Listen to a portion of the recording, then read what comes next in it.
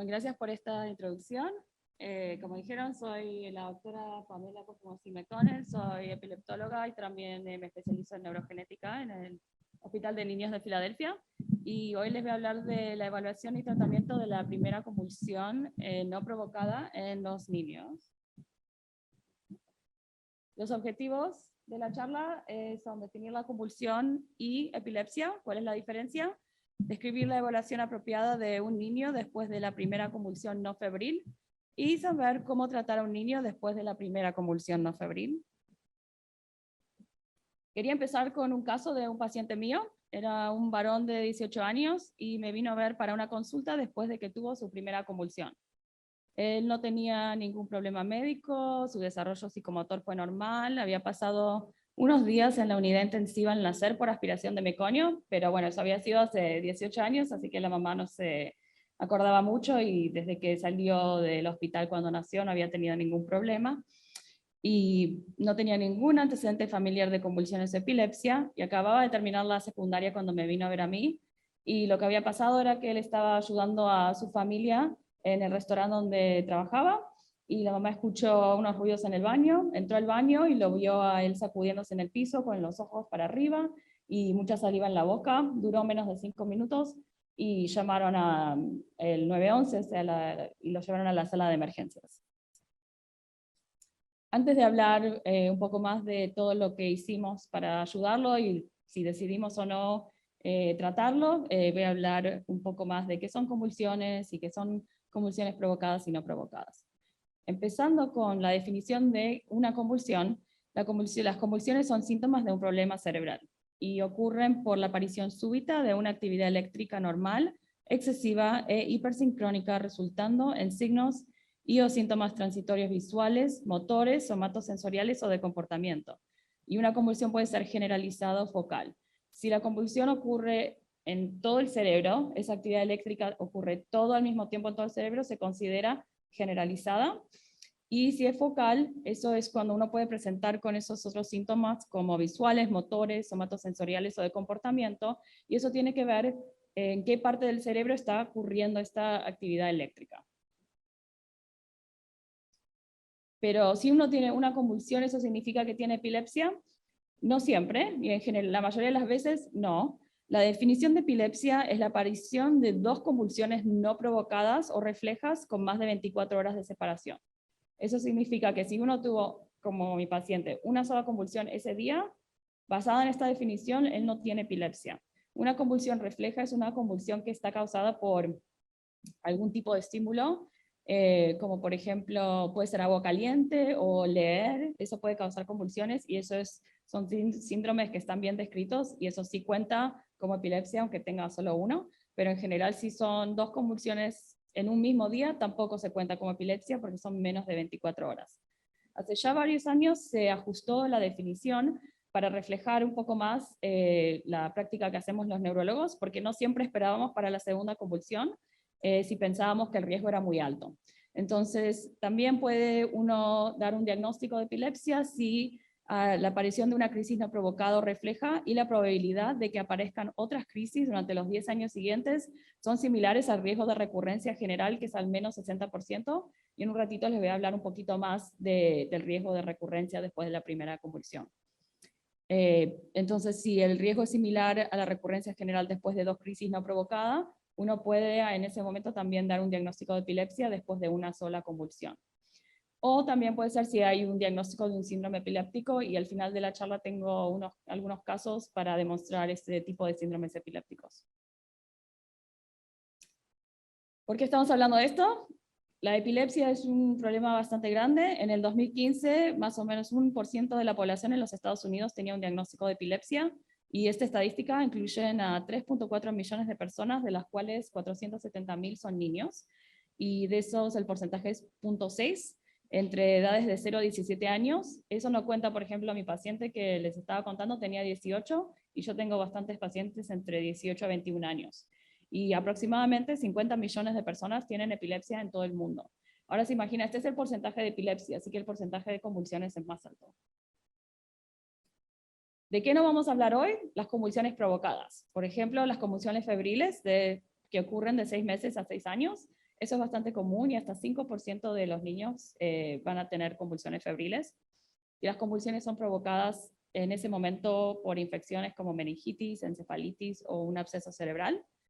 Y trastornos metabólicos, si tienen la glucosa baja o el sodio bajo, eso tampoco se considera una convulsión no provocada. O si hay un traumatismo craneal, por ejemplo. Una convulsión no provocada, entonces, se refiere a una convulsión que no es febril, la cual no tiene ninguna causa identificada en ese momento, como trauma en la cabeza o una infección intracraneal. Es muy importante considerar el riesgo de una segunda convulsión antes de iniciar tratamiento y siempre nos tenemos que acordar que la primera convulsión no provocada puede incluir múltiples convulsiones que están todas ocurriendo en 24 horas con recuperación de la conciencia entre convulsiones. Quería hablar un poco de riesgo de recurrencia. En un estudio que se hizo hace varios años, en 1996, el doctor Shinar en Nueva York encontró que el riesgo de recurrencia de una convulsión a 1, 2, 5 y 8 años era entre 29, 37, 42 y 44%, y la mitad de las convulsiones recurrieron en los primeros 6 meses, 69% en el primer año y al segundo año casi 90%. Así que la mayoría de los niños que van a tener una segunda convulsión después de su primera convulsión no provocada, eso va a ocurrir durante los primeros 2 años después de la primera convulsión. Y encontraron que los factores de riesgo incluyen etiología sintomática remota, eso por ejemplo si tuvieron un derrame cerebral cuando nacieron, o si tuvieron por ejemplo una historia de meningitis cuando eran niños y cambios estructurales en el cerebro, pero no meningitis en el momento de la convulsión. Si tienen un electroencefalograma normal, que tiene características epilépticas, convulsiones que ocurren durante el sueño, antecedentes de convulsión febril, y si tienen lo que se llama una parálisis de Todd, que eso es cuando la mitad del cuerpo está paralizado después de una convulsión. Una investigación más reciente, en 2017, demostró un riesgo de recurrencia de 38%, y eso fue a los primeros 6 meses, y después 80% de los niños tuvieron su segunda convulsión dentro de los primeros 6 meses después de su primer evento. Y ellos también encontraron que los factores de riesgo eran convulsiones durante el sueño y, de nuevo, etiología sintomática remota. El riesgo de recurrencia para pacientes con etiología sintomática remota es en general más del 50%, y el riesgo de recurrencia después de 2 convulsiones no provocadas es de 60-90%. Por eso se ajustó la definición de epilepsia hace 10 años o más. Antes era la definición de epilepsia, se podía dar o se recomendaba dar si alguien tenía 2 convulsiones no provocadas separadas por 24 horas. Porque el riesgo después de su segunda convulsión ahí ya sube a 60-90%. Como vieron, el riesgo de una primera convulsión no provocada en general es, yo le digo a mis pacientes, 25 o 40%. O sea, más del 50% de esos pacientes no van a tener una segunda convulsión. Pero si uno tiene una convulsión no provocada y tiene estos factores de riesgo, por ejemplo, una etiología sintomática remota, ahí uno ya puede decidir que el riesgo de recurrencia es más del 60%, y ahí uno ya está llegando a el riesgo de recurrencia igual a que si ya hubiera tenido 2 convulsiones, y por eso se puede darle el diagnóstico en ese momento. Hay parámetros de prácticas de la Academia Americana de Neurología que hablan específicamente de qué procedimiento se hace y también recomendaciones de tratamiento, y eso voy a revisar hoy con ustedes para que vean cuáles son nuestros parámetros, y no han cambiado ya hace varios años. El Subcomité de Normas de Calidad de la Academia Americana de Neurología desarrolló estos parámetros de práctica para ayudar con los procedimientos del diagnóstico, modalidades de tratamiento y desórdenes clínicos. Uno de estos parámetros, como dije, examina los datos para recomendar pruebas diagnósticas después de la primera convulsión no febril, y el otro examina los datos para recomendar tratamiento. Los tipos de convulsiones que incluye son focales, que antes se llamaban parciales, tónicas, clónicas o tónicas. Hay muchos otros tipos de convulsiones, por ejemplo, ausencia, atónicas, mioclónicas. Esas convulsiones es muy raro, no quiero decir imposible, pero que ocurra una sola en un momento. Siempre van a venir en muchos grupos y se van a ver muy seguidas, así que estos parámetros no aplican en ese caso de convulsiones. Los primeros pasos cuando viene un niño después de su primera convulsión, y en general uno no sabe, ¿no? Cuando el niño está en la sala de emergencia, si la primera convulsión fue provocada o no, y los primeros doctores que van a ver a estos niños en general van a ser los de la sala de emergencia, no es un neurólogo, así que es muy importante hablar de estas cosas. El primer paso, como todos saben, es estabilizar al niño o a la niña y obtener una historia detallada y un buen examen neurológico, porque eso nos va a ayudar a decidir los próximos pasos. Si es una convulsión febril, va a ser un tratamiento distinto y un diagnóstico distinto de lo que se haría si no hay fiebre, por ejemplo. Volviendo al caso de mi paciente, cuando él llegó a la sala de emergencia, él estaba despierto, pero un poco cansado. Le hicieron una tomografía del cerebro, un electrocardiograma, un hemograma, un panel metabólico completo y estudios toxicológicos. Todo volvió normal y cuando me vino a ver a mí en la oficina, que fueron varias semanas después, yo pedí un electroencefalograma de 24 horas y una resonancia magnética del cerebro. Ahora, sigan pensando de mi caso mientras hablamos un poco más, así ustedes pueden decidir si iniciarían tratamiento para él o no. Causas. Entonces, si no es una convulsión provocada, ¿por qué ocurren las convulsiones? La etiología de una convulsión no provocada puede ser criptogénica, sintomática, remota o idiopática. Y en el caso de, criptogénica, sintomática, remota, eso no hay. Y idiopática. La criptogénica significa que no sabemos por qué ha sucedido, pero pensamos que está relacionada a algo que todavía no sabemos. Idiopática en general se refieren a convulsiones generales que se sospecha que la causa es genética, pero todavía no entendemos mucho los genes que causan los síndromes genéticos generalizados en niños que tienen desarrollo normal y capacidad intelectual normal. Y el riesgo de recurrencia es más alto en los pacientes con etiología sintomática remota. Como hablamos antes, si los niños tienen problemas de cambios de estructura en el cerebro, si tienen atraso de desarrollo, autismo, todo este tipo de cosas va a causar que el riesgo de recurrencia suba. Y en los pacientes que tienen causa criptogénica o idiopática, que o sea, pensamos que hay una razón, pero no sabemos muy bien, en general la diferencia entre idiopática y criptogénica tiene más que ver con los síndromes generalizados con desarrollo normal, que eso en general pensamos de una etiología idiopática. Y las causas sintomáticas remotas, como dije, incluyen el trauma cerebral, parálisis cerebral o discapacidad intelectual. ¿Qué estudios de laboratorio están recomendados? En general, para una primera convulsión no provocada, no hay ningún tipo de estudio que está recomendado, está todo basado en la historia clínica. Una de las cosas comunes son la glucosa, por ejemplo, eso es algo fácil y muchas veces los servicios de 911 pueden chequear la glucosa en la casa del niño si están yendo ahí a buscarlo. Pero, por ejemplo, si viene un niño que no tiene fiebre, pero parece que hay infección, también se puede hacer un hemograma. Si los síntomas incluyen mucho vómito, diarrea, se puede hacer electrolitos, calcio, magnesio, si puede ser algún niño con otro tipo de síndrome genético que afecta a estas cosas.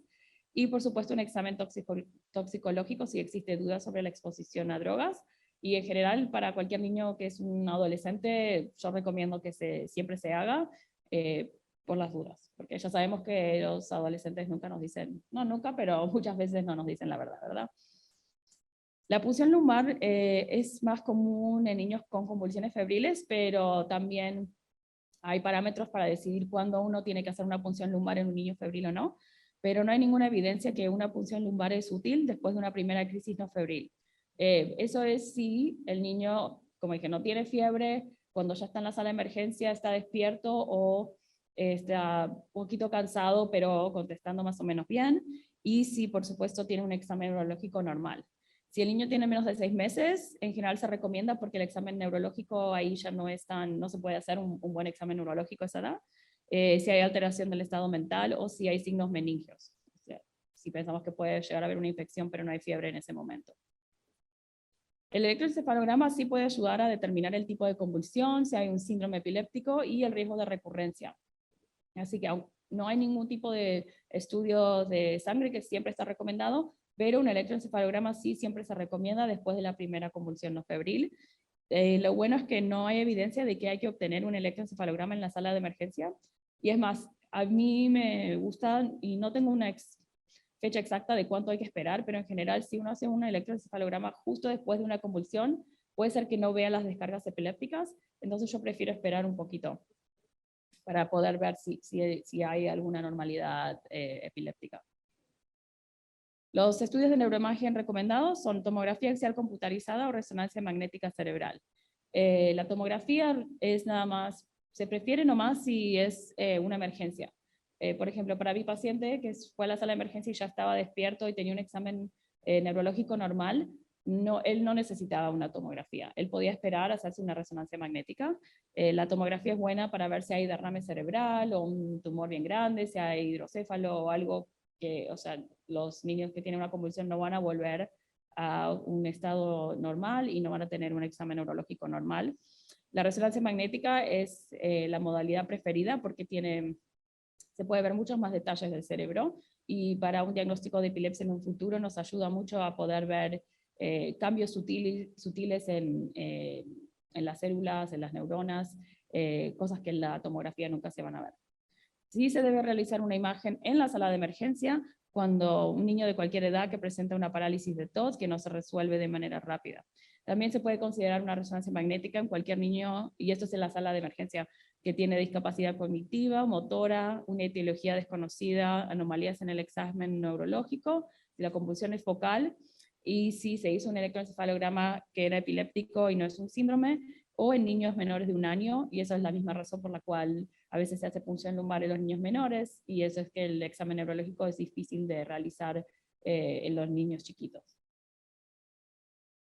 Volviendo a mi paciente, el electroencefalograma de 24 horas fue normal y la resonancia magnética fue normal. Entonces, sigan pensando si iniciarían tratamiento en mi paciente o no. ¿Por qué uno decide, bueno, uno tuvo una convulsión y queremos empezar y queremos iniciar un tratamiento? Por ejemplo, muchos padres dirían, para prevenir más convulsiones, ¿no? Si uno ve a su niño tener una convulsión, eso puede ser muy traumático y no quieren que su niño tenga convulsiones de nuevo, pero los datos de estudios de niños indican que aún con convulsiones muy largas es raro que se hagan daño al cerebro, o a menos que esté relacionado a una lesión neurológica aguda, por ejemplo, un derrame cerebral o algo así. También, por ejemplo, muchos padres cuando vienen a su primera consulta conmigo tienen miedo que si el niño tiene convulsiones se puede morir o puede causar daño al cerebro. Entonces uno dice, bueno, para evitar la muerte o lesiones causadas por una convulsión, pero las lesiones en el cerebro son muy raras en los niños y en general están más relacionados a si el niño se cayó y se golpeó la cabeza, no porque la convulsión en sí le está causando daño al cerebro. ¿Cuáles serían las razones para no iniciar el tratamiento? Las consideraciones psicosociales. Cada país va a ser un poquito distinto con eso, pero en los Estados Unidos es muy difícil conseguir, ahora no tanto seguro médico porque cambiaron las leyes, pero antes uno podía tener problemas consiguiendo seguro médico para cualquier paciente que tenía condiciones médicas que existían antes de anotarse. O a esto sí sigue pasando, el jardín de infantes o las guarderías en general para niños que tienen menos de 5 años no aceptan a muchos niños que tienen problemas médicos y tienen que administrar medicinas en la escuela. Y nosotros, si un niño tiene una convulsión no provocada, en general recetamos una medicina de rescate y tienen que tener lo que se llama un plan de acción de convulsiones en la escuela. Y estas guarderías o jardines de infantes en general no tienen enfermeras, entonces no quieren aceptar a niños que tienen este tipo de problemas médicos, o si tienen que darle medicinas. Muchas de las medicinas se dan en niños pequeños en vez de 2 veces al día, 3 veces por día por el metabolismo. Entonces es muy importante considerar cuando uno está recomendando a sus pacientes o a los papás de sus pacientes si hay que iniciar tratamiento en este momento o no. Para mí lo más importante y lo que uno tiene que pensar mucho son los efectos secundarios de las medicinas. Hay las medicinas que se usaban hace mucho, más comúnmente serían el fenobarbital, dilantin, que es phenytoin, y el Depakote, que es el ácido valproico. Esas medicinas tienen muchos efectos secundarios y hay que hacer análisis de sangre para seguir los niveles. Pueden causar anormalidades del hígado, de los glóbulos.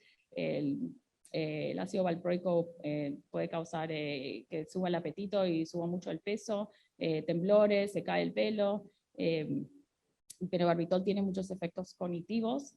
Ahora tenemos muchos más medicamentos que tienen menos efectos secundarios, no hay que seguir tanto los niveles, y es más, con la mayoría de las otras medicinas no los seguimos, pero sí tienen efectos secundarios de comportamiento. La medicina más común que usamos en niños pequeños se llama Keppra, esa es la marca farmacéutica, el nombre general es levetiracetam, y se usa mucho, pero en los niños pequeños yo diría que hasta 40% de niños menos de 5 años van a tener efectos secundarios de comportamiento, y también puede causar somnolencia. Eso es algo que vemos mucho en los niños pequeños. Y también en mis adolescentes, en mis pacientes adolescentes, tienen cansancio, les afecta cómo les va en el colegio, y algunas, no algunas, ahora ya en los Estados Unidos todas las drogas anticonvulsivas tienen en los paquetes dicen que pueden causar ideas de suicidio.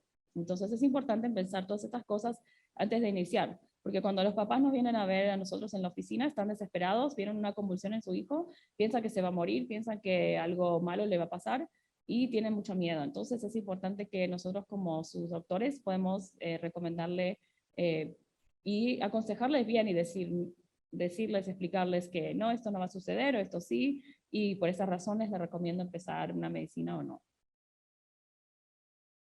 Si uno inicia el tratamiento después de la primera convulsión no provocada, sí puede bajar el riesgo de recurrencia, pero no cambia el pronóstico a largo plazo para lograr la remisión. Los estudios que comparan quién logra la remisión, en general, siempre, yo nunca saco después de un año. La mayoría de los neurólogos consideran remisión 2 años sin convulsiones, demuestran que no hay diferencia entre los pacientes que iniciaron tratamiento después de la primera o segunda convulsión. Eso significa que si uno empieza el tratamiento después de la primera convulsión, sí puede bajar el riesgo que en los próximos 2 años no ocurra ninguna otra convulsión. Entonces dice, ok, a los 2 años te sacamos la medicina. Si uno espera que ocurra una segunda convulsión, el riesgo de que esos 2 niños a los 2 años sin convulsiones, que no tengan más convulsiones, es exactamente el mismo. Así que recetar medicina para la epilepsia antes no cambia si el niño va a tener epilepsia después o si va a poder dejar de tomar convulsiones. Y si uno piensa que después de la primera convulsión, el riesgo de que tenga otra es menos de 50%, basado en los factores de riesgo de los que hablé, le doy mi opinión, yo no iniciaría tratamiento. Otra cosa que también le preocupa a los papás es si la convulsión es larga, más de 15 minutos. 30 minutos es la definición exacta de lo que decimos el estatus epilépticos, pero se imaginan que en general nadie va a ver a un niño convulsionar por 30 minutos antes de empezar a dar medicina. De 10 a 20% de niños y adultos tendrán una convulsión que dura más de 30 minutos como su primera convulsión no provocada, pero si no hay daño cerebral progresivo agudo, por ejemplo, sea relacionado a un derrame cerebral o un tumor, un episodio de estado epiléptico no aumenta la morbilidad y mortalidad de los niños. Así que aunque la primera convulsión haya durado mucho, eso no significa, eso no le sube el riesgo de tener convulsiones, no es uno de los factores de riesgo de los que hablamos antes. El riesgo de recurrencia después de la primera convulsión no provocada de más de 30 minutos no es diferente del riesgo que hay para convulsiones más cortas, como le estaba diciendo. Entonces, los parámetros de práctica dicen que los tratamientos con fármacos antiepilépticos no están indicados para prevenir tratamiento de la epilepsia, y tratamientos con un fármaco antiepiléptico puede estar indicado en ciertas circunstancias donde el beneficio de reducir el riesgo de otra convulsión supera el riesgo de efectos secundarios del medicamento y efectos psicosociales. Ahora, si levanten la mano, ¿quién pensó que yo recomendé iniciar tratamiento a mi paciente? Levante la mano si piensa que yo no inicié, que no lo inicié el tratamiento. Muy bien, sí, no inicié. No inicié tratamiento porque él no tenía ningún tipo de antecedentes que le subía el riesgo, y todos los estudios volvieron normales y decidimos esperar. Y en los Estados Unidos, si después de una convulsión provocada, aunque tenga epilepsia, sí, aunque no tenga epilepsia, no se puede manejar por 6 meses. Eso fue lo único que hicimos, no lo dejé manejar por 6 meses y después ya no, él no tuvo, y después se fue a la universidad, así que no lo seguí más. Pero no en general me llaman si pasa algo cuando recién dejaron de seguirme, porque todavía no han podido ver al otro neurólogo y nunca me llaman más. Ahora quería hablar un poquito de otros casos, porque le había mencionado que si una de las partes de la definición de epilepsia es si uno tiene una convulsión no provocada, pero hay un tipo de síndrome. El segundo caso es un caso bastante común. Este fue un paciente mío también, de una niña de 3 años, que había tenido un episodio de babeo y temblor del labio que duró un minuto. Estaba durmiendo con los papás y ellos vieron que se sentó, se levantó, se quedó mirando fijo, empezó a babear y no se acordaban qué lado era, pero vieron que como se le sacudió un poco, pero ella no tenía ningún otro problema médico, su desarrollo psicomotor era totalmente normal y no había ningún antecedente familiar de epilepsia o convulsiones, así que la familia no sabía qué había pasado. fueron a la pediatra, no fueron a la sala de emergencia porque duró muy poquito y no sabían si era un sueño malo o qué había pasado, pero cuando hablaron con su pediatra, ella le recomendó que fuera a ver una neuróloga y yo siempre con mis pacientes que me vienen a ver por convulsiones o si hay pregunta de convulsiones, le hacemos un electroencefalograma al principio de la visita. Para los que no ven, este no es el de ella, pero es un electroencefalograma típico. Eso no sé si tiene es la de luz de arriba. Okay. Para los que no leen electroencefalogramas muy seguidos, este es el lado izquierdo, lado derecho, izquierdo, derecho, y los electrodos están puestos aquí y aquí. Y es bastante fácil, la F es frontal, temporal, occipital, la C es central, la P es parietal. Y estos electrodos están FC, ZC y PC. Y lo que están viendo aquí es, esto está todo normal, las ondas normales, menos lo que están viendo, que son estas ondas agudas, y se ven en los dos lados del cerebro. Están viendo ondas temporales del lado, aquí son temporales del lado izquierdo, y aquí son temporales del lado derecho.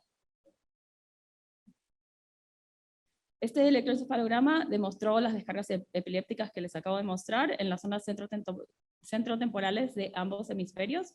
Estos resultados sugieren un diagnóstico de la epilepsia rolándica benigna. Esta epilepsia es la epilepsia focal más común en los niños y en general tiene un pronóstico muy bueno. La mayoría de los niños, hasta 85% de los niños con este síndrome van a dejar de tener convulsiones. Y es más, en este momento, ya hace varios años, si uno ve este síndrome, no necesita iniciar tratamiento, porque la mayoría de las convulsiones ocurren durante el sueño y son así cortitas. De vez en cuando, si estas convulsiones pueden generalizar y pueden ocurrir durante el día, en ese caso, si los niños están teniendo muchas convulsiones o les está afectando mucho el sueño, entonces ahí sí iniciamos el tratamiento, pero si alguien viene a la oficina, tiene la historia de esta niña, le hicimos el electroencefalograma y vimos las descargas en los dos lados, le damos el diagnóstico de epilepsia, pero podemos decidir no iniciar tratamiento. Y en general yo recomiendo no iniciarlo hasta que los niños tengan más convulsiones o si los padres están muy nerviosos y si lo quieren hacer, pero yo intento recomendar esperar o no iniciar tratamiento en general. El tercer caso era una niña de 16 años que su único problema médico era ansiedad y había venido después de una convulsión tónica clónica, esa es una generalizada que duró 2 minutos. No tenía ningún factor de riesgo. Ella había viajado con su familia al otro estado donde había un cambio de hora y se había despertado bien temprano y había tenido la convulsión mientras temprano en la mañana cuando estaban haciendo un tour del campus de la universidad. Cuando me vino a ver a mí en la oficina, vimos este electroencefalograma y de nuevo, aquí se ve que esto está todo normal. Y lo único que vemos aquí son estas descargas epilépticas y comparado con el otro electroencefalograma, pueden ver que están ocurriendo en todos los electrodos, no solo en algunas regiones. El electroencefalograma demostró descargas que eran punta onda generalizadas frecuentes y también las vimos durante la estimulación fótica. Basado en este electroencefalograma, yo sí recomendé iniciar tratamiento porque el EEG era muy anormal. En el caso de esta niña, yo le di un diagnóstico de epilepsia generalizada y yo sospechaba que era una que se llama epilepsia mioclónica juvenil o epilepsia de ausencia juvenil. Ella no dijo que nunca había tenido otra convulsión, pero muchas veces es común tener convulsiones mioclónicas, que por ahí ni saben que son mioclónicas. Una convulsión mioclónica se siente mucho como cuando uno está durmiendo y se despierta y hace así, y bueno, la mayoría de la gente no sabe que eso es una convulsión, ¿no? Y la mayoría no lo son, porque cuando ocurren durante el sueño, eso es normal. La historia típica, que si uno va a tomar una prueba de neurología, siempre le van a poner esta pregunta, es que hay un niño de 16 años que se despierta en la mañana y se está, bueno, depende en qué país, ¿no? En Colombia parece que si se está sirviendo el jugo va a terminar, se le caen las cosas, o café, o en los Estados Unidos es siempre un plato de cereal, porque sucede en general a la mañana cuando se despiertan y no lo pueden controlar y se les caen las cosas de la mano. Este síndrome pasa mucho cuando las convulsiones empiezan las más grandes en general con relación a de privación de sueño. En el caso de esta niña había viajado a otro estado de la costa este, habían cambiado los horarios y se había despertado muy temprano para hacer esta visita guiada a su universidad. Y el riesgo de recurrencia en estos niños es muy alto y tenía 16 años, que en los Estados Unidos significa que puede manejar. Entonces, a mí yo le dije, podemos esperar la segunda convulsión antes de iniciar un tratamiento, pero yo no te doy permiso para manejar. Por más de 6 meses tenemos que repetir. 6 meses te repito un electroencefalograma y si sigue normal tampoco te dejo manejar. Y tener cuidado con si te quedas a dormir a casa de amigos, tenés que dormir bien, pero al final decidimos iniciar tratamiento y en el caso de este tipo de convulsiones, la medicina Keppra, el levetiracetam, es muy buena. Y este es el último caso, así que en resumen, una convulsión es la aparición súbita de una actividad eléctrica normal, excesiva e hipersincrónica, resultando en signos o síntomas transitorios visuales, motores, somatosensoriales o de comportamiento. La epilepsia puede ser definida como la aparición de 2 convulsiones no provocadas o reflejas con más de 24 horas de separación. La aparición de una crisis no provocada o refleja y probabilidad de que aparezcan más crisis durante los 10 años siguientes, similar al riesgo de recurrencia general, o sea, al menos 60%, después de 2 crisis no provocadas, o el diagnóstico de un síndrome epiléptico, como los 2 que acabo de discutir. Los estudios que son siempre recomendados son electroencefalograma y una neuroimagen, y el resto de los estudios se puede considerar hemograma, electrolitos, examen toxicológico, función lumbar, entre otras cosas, basada en la historia clínica, pero las recomendaciones no incluyen nada específico, y está todo basado en la historia clínica. Tratamiento con fármacos antiepilépticos no están indicados para prevenir la epilepsia. El tratamiento con un fármaco antiepiléptico sí puede estar indicado en ciertas circunstancias que hablamos hoy. Y creo que preguntas es más tarde. Nada más. Gracias.